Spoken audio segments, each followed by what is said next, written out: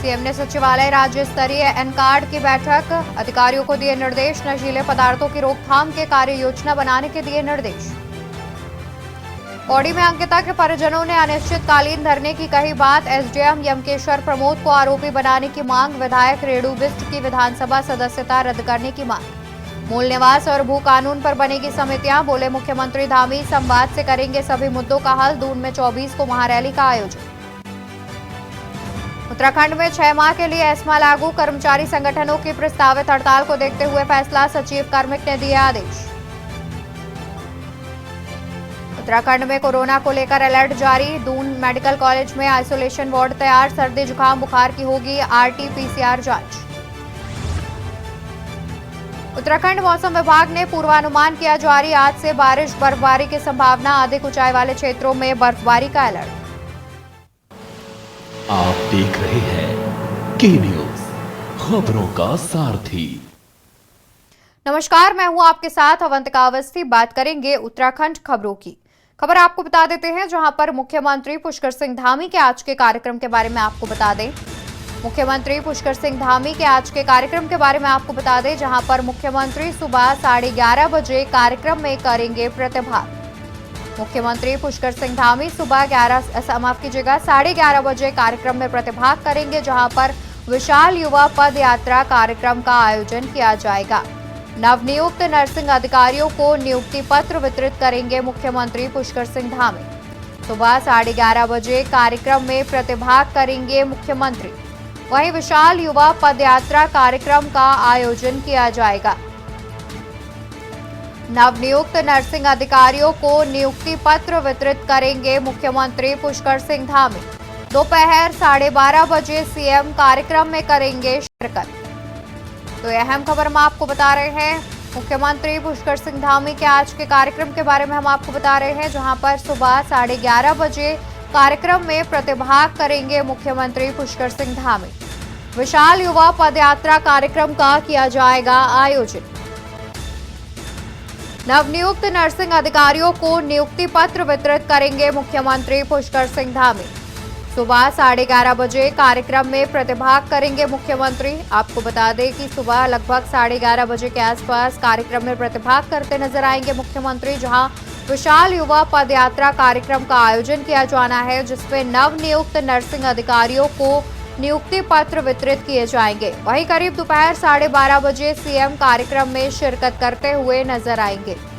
मुख्यमंत्री पुष्कर सिंह धामी के आज के कार्यक्रम के बारे में हम आपको बता देते हैं, जहां पर मुख्यमंत्री आज सुबह 11:30 बजे कार्यक्रम में प्रतिभाग करेंगे। विशाल युवा पदयात्रा कार्यक्रम का आयोजन किया जाएगा, जिसमें 11:30 बजे मुख्यमंत्री प्रतिभाग करेंगे। इसके अलावा नवनियुक्त नर्सिंग अधिकारियों को नियुक्ति पत्र वितरित करेंगे मुख्यमंत्री। सुबह 11:30 बजे कार्यक्रम में प्रतिभाग करेंगे मुख्यमंत्री पुष्कर सिंह धामी। विशाल युवा पदयात्रा कार्यक्रम का आयोजन होगा, जिसमें प्रतिभाग करेंगे मुख्यमंत्री। नवनियुक्त नर्सिंग अधिकारियों को नियुक्ति पत्र वितरित करेंगे मुख्यमंत्री पुष्कर सिंह धामी। दोपहर लगभग 11:30 बजे कार्यक्रम में शिरकत करेंगे मुख्यमंत्री। तो मुख्यमंत्री पुष्कर सिंह धामी के आज के कार्यक्रम के बारे में हम आपको बता रहे हैं, जहां पर मुख्यमंत्री 11:30 बजे कार्यक्रम में प्रतिभाग करेंगे। सुबह लगभग 11:30 बजे मुख्यमंत्री कार्यक्रम में प्रतिभाग करेंगे। वहीं विशाल युवा पदयात्रा कार्यक्रम का आयोजन करेंगे मुख्यमंत्री। वहीं नवनियुक्त नर्सिंग अधिकारियों को नियुक्ति पत्र वितरित करेंगे मुख्यमंत्री पुष्कर सिंह धामी। सुबह लगभग 11:30 बजे कार्यक्रम में प्रतिभाग करेंगे मुख्यमंत्री। विशाल युवा पदयात्रा कार्यक्रम का किया जाएगा आयोजन। नवनियुक्त नर्सिंग अधिकारियों को नियुक्ति पत्र वितरित किए जाएंगे।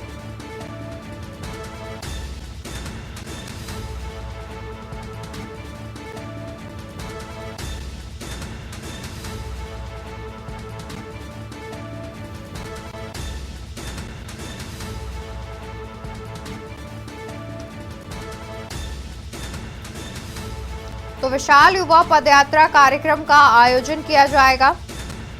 अहम खबर आपको बता दें, जहां नवनियुक्त नर्सिंग अधिकारियों को नियुक्ति पत्र वितरित किए जाएंगे। सुबह लगभग 11:30 बजे कार्यक्रम में प्रतिभाग करेंगे मुख्यमंत्री पुष्कर सिंह धामी। विशाल युवा पदयात्रा कार्यक्रम का किया जाएगा आयोजन। नवनियुक्त नर्सिंग अधिकारियों को नियुक्ति पत्र वितरित करेंगे मुख्यमंत्री पुष्कर सिंह धामी। दोपहर 12:30 बजे सीएम कार्यक्रम में करेंगे शिरकत।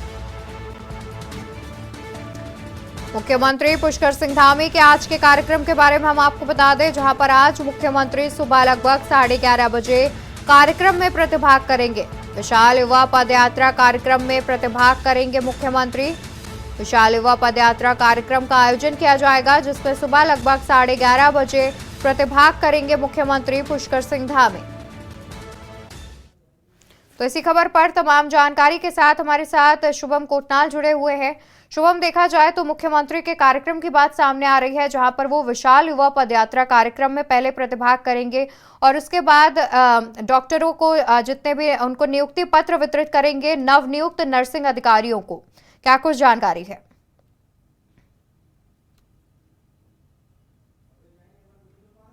शुभम, क्या आप तक हमारी आवाज पहुंच रही है?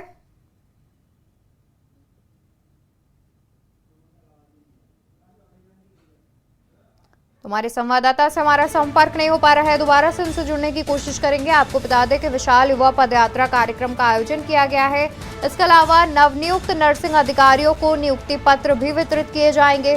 दोनों ही कार्यक्रम लगभग सुबह 11:30 बजे शुरुआत होगी, वहीं दूसरे कार्यक्रम की शुरुआत लगभग 12:30 बजे की जाएगी।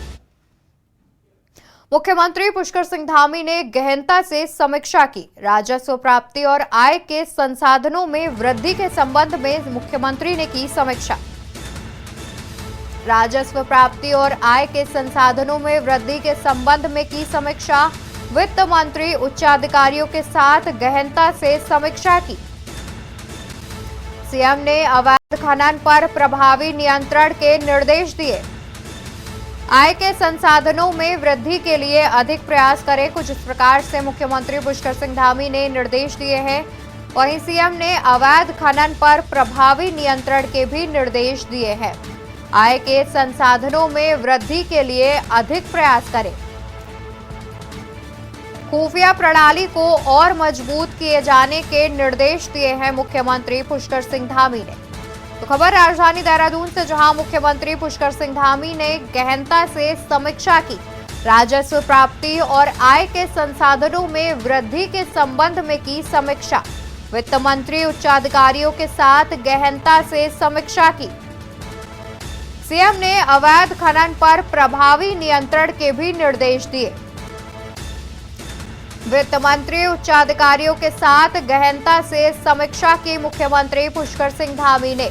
सीएम ने अवैध खनन पर प्रभावी नियंत्रण के भी निर्देश दिए हैं। आय के संसाधनों में वृद्धि के लिए अधिक प्रयास करें, कुछ इस प्रकार से मुख्यमंत्री पुष्कर सिंह धामी ने अधिकारियों को निर्देश दिए हैं। वहीं खुफिया प्रणाली को मजबूत किए जाने के भी निर्देश दिए हैं। वहीं खबर राजधानी देहरादून से, जहां कांग्रेस आलाकमान ने बदल डाले कई राज्यों के प्रभारी।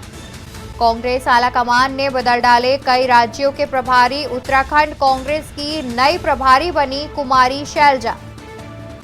इससे पहले देवेंद्र यादव थे उत्तराखंड कांग्रेस के प्रदेश प्रभारी। लोकसभा चुनाव से पहले कांग्रेस को मिली नई प्रदेश प्रभारी। उत्तराखंड कांग्रेस की नई प्रभारी बनी कुमारी शैलजा। इससे पहले देवेंद्र यादव थे उत्तराखंड कांग्रेस के प्रदेश प्रभारी। लोकसभा चुनाव से पहले कांग्रेस को मिली नई प्रदेश प्रभारी।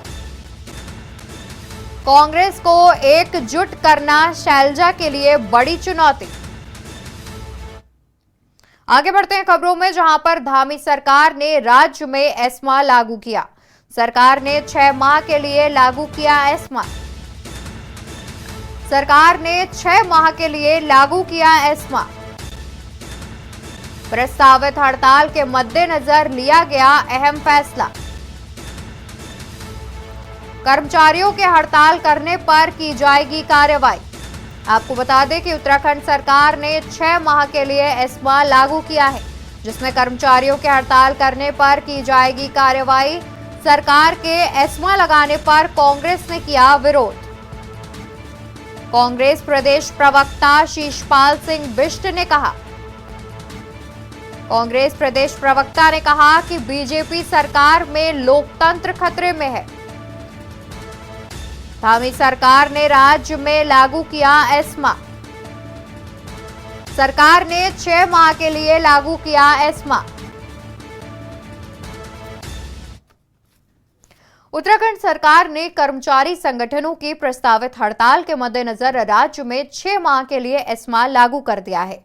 बता दें कि इस दौरान यदि कर्मचारी हड़ताल करते हैं तो उनके खिलाफ कार्रवाई की जाएगी। वहीं कांग्रेस ने इस मुद्दे पर सत्ता पक्ष पर कई गंभीर आरोप लगाए। कांग्रेस प्रदेश प्रवक्ता शीशपाल सिंह बिष्ट का कहना है कि बीजेपी के राज में लोकतंत्र खतरे में है। कर्मचारियों का यह संवैधानिक अधिकार है कि वह अपनी मांगों को लेकर आंदोलन कर सके, लेकिन सरकार ने लोकसभा चुनाव के डर से अलोकतांत्रिक तरीके से एस्मा लगाया है। आपको बता दें कि सचिव कार्मिक शैलेश बगौली ने एस्मा का आदेश जारी किया।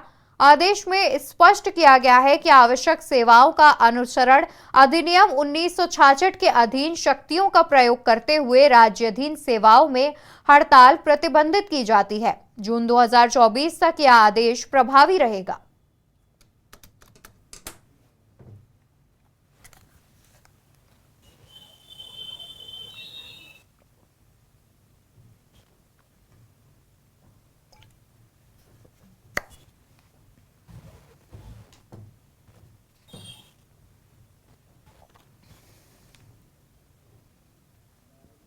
कांग्रेस पार्टी तो लगातार कह रही है कि देश में लोकतंत्र नाम की चीज नहीं है, लगातार संविधान की धज्जियां उड़ाई जा रही हैं। भाई कर्मचारी संगठनों का फंडामेंटल राइट है, वो धरना प्रदर्शन करें, वो जो है अपनी मांगों को मनवाने के लिए लोकतांत्रिक तरीके अपनाएं। सरकार को उससे भी परहेज है, क्योंकि आप देखिए राज्य के राजकीय शिक्षक जो बड़ी तादाद में है इस प्रदेश के अंदर, निश्चित तौर पर उनके धरने से, प्रदर्शन से, जो कार्य बहिष्कार कर रहे हैं, उससे सरकार को परेशानी हो रही है।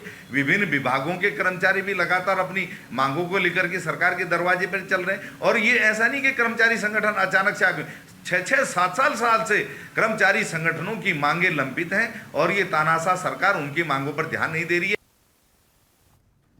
कांग्रेस के राष्ट्रीय नेतृत्व ने सभी राज्यों में प्रभारी बदलने के साथ ही उत्तराखंड में भी प्रदेश प्रभारी बदल दिए हैं, जहां देवेंद्र यादव को हटाकर उत्तराखंड की जिम्मेदारी कांग्रेस हाईकमान ने कुमारी शैलजा को दी है। बता दें कि कुमारी शैलजा कांग्रेस के राष्ट्रीय स्तर पर विभिन्न पदों पर महत्वपूर्ण भूमिका निभा चुकी हैं। वर्तमान में कुमारी शैलजा कांग्रेस की राष्ट्रीय महासचिव भी हैं। इससे पहले 2017 के विधानसभा चुनाव में कुमारी शैलजा उत्तराखंड कांग्रेस के स्क्रीनिंग कमेटी के अध्यक्ष भी रही हैं। कुमारी शैलजा के उत्तराखंड प्रदेश प्रभारी बनने पर कांग्रेस प्रदेश अध्यक्ष करण माहरा ने सभी कांग्रेस नेताओं को बधाई दी। उन्होंने कहा कि कुमारी शैलजा के प्रदेश प्रभारी बनने से उत्तराखंड कांग्रेस को मजबूती मिलेगी और कांग्रेस नए आयाम स्थापित करेगी।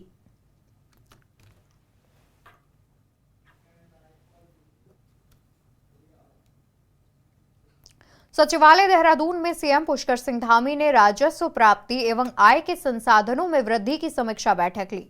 मुख्यमंत्री ने अधिकारियों को राजस्व प्राप्ति के लक्ष्यों को फरवरी अंत तक हर हाल में पूरा करने के निर्देश दिए हैं। इस वर्ष के लिए राजस्व प्राप्ति के लिए तय 24,745 करोड़ के लक्ष्य के मुकाबले अब तक 16,436 करोड़ रुपए का राजस्व हासिल हो चुका है। वहीं सीएम ने ऊर्जा के क्षेत्र में यूपीसीएल एवं यूजीवीएनएल को राजस्व बढ़ाने की दिशा में विशेष प्रयास करने और बिजली चोरी संभावित क्षेत्रों में लगातार निगरानी करने को कहा। जीएमवीएन केएमवीएन वन निगम को अपनी कार्यप्रणाली में सुधार लाने और निगमों की कार्य योजना के मूल स्वरूप पर ध्यान देने को कहा। उन्होंने निर्देश दिए कि निगमों की कार्यक्षमता का भी आकलन किया जाए।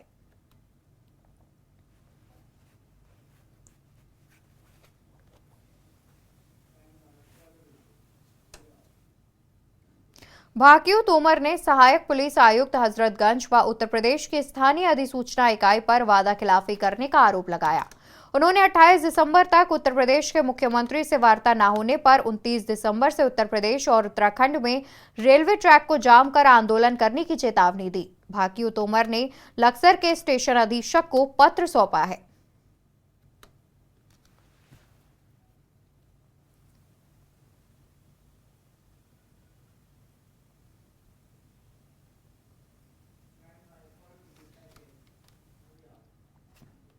देवभूमि उत्तराखंड में लोकसभा चुनाव से पहले धामी सरकार की टेंशन तमाम राजनीतिक दलों और सामाजिक संगठनों ने बढ़ा दी है। दरअसल 24 दिसंबर को देहरादून में भू कानून और मूल निवास के लिए विशाल स्वाभिमान महारैली का आयोजन किया जा रहा है। इस महारैली को तमाम विपक्षी दलों, सामाजिक संगठनों के समर्थन के साथ ही लोक गायक नरेंद्र सिंह का भी साथ मिल गया है। कांग्रेस, यूकेडी समेत तमाम विपक्षी दलों ने इस महारैली को सफल बनाने के लिए समर्थन का ऐलान कर दिया है। इसके अलावा राज्य के निवासी भी बड़ी संख्या में इस मुद्दे पर आंदोलन के लिए महारैली में आने वाले हैं। इस महारैली ने निश्चित ही सरकार की टेंशन बढ़ा दी है। आपको बता दें कि हालांकि सरकार का दावा है कि वो इस मुद्दे पर बेहद गंभीर है और इसके लिए सरकार ने समिति गठित कर आगे की कार्रवाई शुरू कर दी है। बता दें कि धामी सरकार ने भू कानून के लिए कमेटी का गठन किया है, जबकि मूल निवास के लिए सरकार ने आदेश जारी किया है, जिसमें उत्तराखंड में अब मूल निवास प्रमाण धारकों को स्थानीय निवास प्रमाण पत्र दिखाने की जरूरत नहीं पड़ेगी। देखिए ये रिपोर्ट।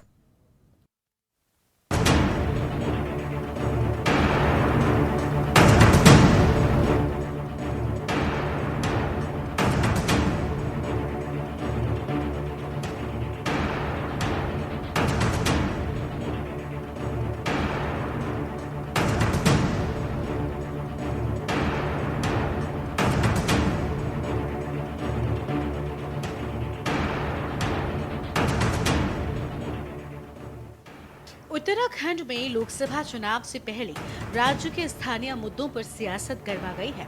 दरअसल राज्य में मूल निवास और भू कानून के मुद्दे पर 24 दिसंबर को देहरादून में विशाल स्वाभिमान महारैली का आयोजन किया जा रहा है। इस महारैली को तमाम विपक्षी दलों, सामाजिक संगठनों के समर्थन के साथ ही लोक गायक नरेंद्र सिंह का भी साथ मिल गया है। नरेंद्र सिंह नेगी ने लोगों से इस मुद्दे को लेकर स्वाभिमान रैली में जुटने का प्रदेशवासियों से आह्वान किया। जनता के इस आक्रोश ने सरकार की टेंशन बढ़ा दी है। हालांकि सरकार ने बिना देर किए भू कानून के लिए कमेटी का गठन कर दिया है, जबकि मूल निवास के लिए सरकार ने आदेश जारी किया है, जिसमें उत्तराखंड में अब मूल निवास प्रमाण पत्र धारकों को स्थानीय निवास प्रमाण पत्र दिखाने की जरूरत नहीं पड़ेगी। बता दें कि धामी सरकार ने भू कानून के लिए गठित इस समिति की सिफारिशों को लागू करने के लिए और रिपोर्ट के विस्तृत परीक्षण के लिए प्रारूप समिति गठित कर दी है। अपर मुख्य सचिव राधा रतूड़ी को समिति का अध्यक्ष बनाया गया है, तो वहीं कानून के लिए भी धामी सरकार ने कमेटी गठित कर ली है। हालांकि महारैली का आयोजन करने वाली मूल निवास एवं भू कानून समन्वय संघर्ष समिति ने सरकार पर मूल निवास और भू कानून के मुद्दे पर जनता को उलझाने का आरोप लगाया है। उत्तराखंड के गांव-गांव से, हर कस्बे से इस आंदोलन में लोग आ रहे हैं। यहाँ तक कि उत्तराखंड में जो बाहर हमारे लोग रह रहे हैं उत्तराखंड के, वो भी इस आंदोलन में शामिल होने के लिए पहुँच रहे हैं और बहुत जगह से हमें सूचनाएं मिल रही हैं। हजारों हजार लोग इस आंदोलन का हिस्सा बनने के लिए आ गए हैं। लोग समझ चुके हैं हमें अपना अस्तित्व बचाना है और अपना ज़मीर को बचाए रखना है। अस्तित्व और हमारा अस्मिता तभी बचेगी जब हमारी ज़मीनें बचेंगी, हमारा मूल निवास 1950 हमें मिलेगा। नहीं तो जो उत्तराखंड है ये एक तरह से एक धर्मशाला बन चुकी है। यहाँ लाखों की संख्या में जो बाहर से लोग आ गए हैं, जो अपने प्रदेश में मूल निवासी हैं और हमारे प्रदेश में वो स्थायी निवास प्रमाण पत्र ले रहे हैं और यहाँ भी नौकरियों के लिए अप्लाई कर रहे हैं, अपने प्रदेश में भी वो नौकरियों के लिए अप्लाई कर रहे हैं। दो जगह वो लाभ ले रहे हैं, संसाधन हमारे उत्तराखंड के लूट रहे हैं। तो हम इसका विरोध कर रहे हैं कि बाहरी जो प्रदेश के लोग आए हैं 1950 के बाद, वो अपने प्रदेश में जब मूल निवासी हैं तो वो स्थायी निवास प्रमाण पत्र यहाँ न बनाएं। ये हमारी सरकार से मांग है। जो फर्जी स्थायी निवास प्रमाण पत्र कुछ सालों में इस प्रदेश में बने हैं और डिपार्टमेंट में देखिए, आप उनकी जांच करिए, कितने सारे लोग बाहर के डिपार्टमेंटों में घुस चुके हैं। कई साल पूरे हो गए, लेकिन राज्य की जनता इस बात पर परेशान है, आक्रोशित है कि अभी तक यहाँ की ज़मीनों को बचाने के लिए, यहाँ के लोगों के अस्तित्व को बचाने के लिए, अस्मिता को बचाने के लिए अभी तक एक कायदे का सख्त भू कानून लागू नहीं हुआ है। दूसरा, यहाँ के लोगों को जो मूल निवासी यहाँ के हैं उनको मूल निवास प्रमाण पत्र नहीं दिया जाता है, उनको भी डोमिसाइल यानी अस्थायी निवास प्रमाण पत्र से काम चलाना पड़ता है। ये दो मांगे हैं, मूल निवास प्रमाण पत्र और एक सख्त भू कानून बनाए जाने की मांग को लेकर आज पूरी उत्तराखंड की जनता आंदोलित है और विभिन्न संगठन कल इसको लेकर आंदोलन कर रहे हैं। उत्तराखंड क्रांति दल भी इस आंदोलन में पूरी ताकत के साथ हिस्सेदारी करेगा। हम पहले भी इसके लिए लड़ते रहे हैं और कल भी लड़ेंगे और आने वाले समय में भी लड़ेंगे। दोस्तों नमस्कार। कल 24 दिसंबर को उत्तराखंड के जन सरोकारों से जुड़े हुए लोग, उत्तराखंड राज्य के वो आंदोलनकारी जिनके दम पर उत्तराखंड राज्य का निर्माण हुआ, और उत्तराखंड के वो नौजवान जो इस राज्य में बेरोजगारी का दंश झेल रहे हैं, इस राज्य में मूल निवास की पहचान खत्म करने के कारण रोजगार पाने में अनेक परेशानियों का सामना कर रहे हैं, वो सब देहरादून के परेड ग्राउंड में इकट्ठा होकर के मूल निवास, भू कानून की जंग की शुरुआत कर रहे हैं। उत्तराखंड राज्य के निर्माण का जो मकसद था, उस मकसद को पूरा करने के लिए एक सख्त भू कानून की जरूरत है, और जो मूल निवासी हैं उनकी पहचान बरकरार रहे, इसलिए इस कानून का जो वर्तमान स्वरूप है उसमें बदलाव की जरूरत है। तो इस महत्वपूर्ण मुद्दे पर जो जन आंदोलन हो रहा है उसमें हम सब की भागीदारी बहुत जरूरी है। आप किसी भी राजनीतिक दल से संबंध रखते हो, किसी सामाजिक संगठन से संबंध रखते हो, किसी और क्षेत्र में काम कर रहे हो, लेकिन सरकारी क्षेत्र से बाहर हो, आप सबसे हमारा आह्वान है कि आइए और इस आंदोलन को सफल बनाइए। सरकार को इस बात के लिए मजबूत संदेश देने का काम कीजिए कि अगर भू कानून उत्तराखंड की राज्य की जनता के अनुरूप नहीं बनेगा। बता दें कि उत्तराखंड में पिछले लंबे समय से सशक्त भू कानून और मूल निवास का मुद्दा गर्माता जा रहा है। सरकार की ओर से पूर्व मुख्य सचिव सुभाष कुमार की अध्यक्षता में भू कानून के लिए कमेटी भी गठित की गई थी। इस गठित भू कानून समिति ने सितंबर 2022 में धामी सरकार को अपनी सिफारिशें सौंप दी थी, लेकिन शासन स्तर पर समिति की सिफारिशों पर कोई कार्रवाई नहीं हुई। वहीं उत्तराखंड में साल 2001 के बाद से मूल निवास प्रमाण पत्र की जगह पर स्थायी निवास प्रमाण पत्र बनना शुरू हुए थे। इसके बाद उत्तराखंड हाईकोर्ट की ओर से भी आदेश जारी हुए कि राज्य गठन के समय जो भी व्यक्ति उत्तराखंड में रहा वो यहाँ का निवासी बन जाएगा। वहीं देश में मूल निवास प्रमाण पत्र साल 1950 से बनने शुरू हुए थे। बाद के वर्षों में सभी राज्यों में यही व्यवस्था दी गई कि 10 अगस्त 1950 के समय जो व्यक्ति जिस राज्य में रहा उसे वहीं का मूल निवास माना गया।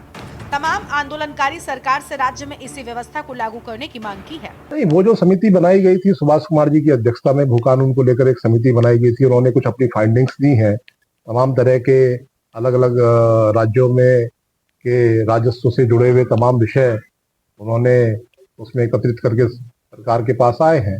अब उन सब फाइंडिंग्स पर जो है सरकार के ही वर्तमान जो अधिकारी हैं उन अधिकारियों की एक समिति बनाई गई है, ताकि उस पूरी फाइंडिंग्स को किस प्रकार से कानून की शकल दी जा सके, कानून के रूप में उसको जो है कैसे जमीन पर उतारा जा सके, उन सब विषयों का वो अध्ययन करेंगी। इसीलिए उसमें अपर मुख्य सचिव की अध्यक्षता में कमेटी बनी है, उसमें न्याय के भी सचिव हैं, उसमें बाकी भी सचिव हैं।